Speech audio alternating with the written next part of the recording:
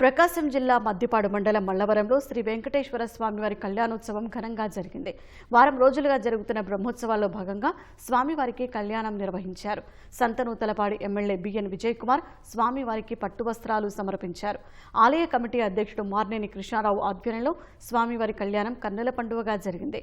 గుండ్లకమ్మ నదీ తీరంలో వెలిసిన వెంకటేశ్వర స్వామి దేవాలయంలో ఏటా కళ్యాణోత్సవం జరుగుతుందని నిర్వాహకులు తెలిపారు. స్వామివారి కళ్యాణం చూసేందుకు భక్తులు పెద్ద ఎత్తున తరలివచ్చారు.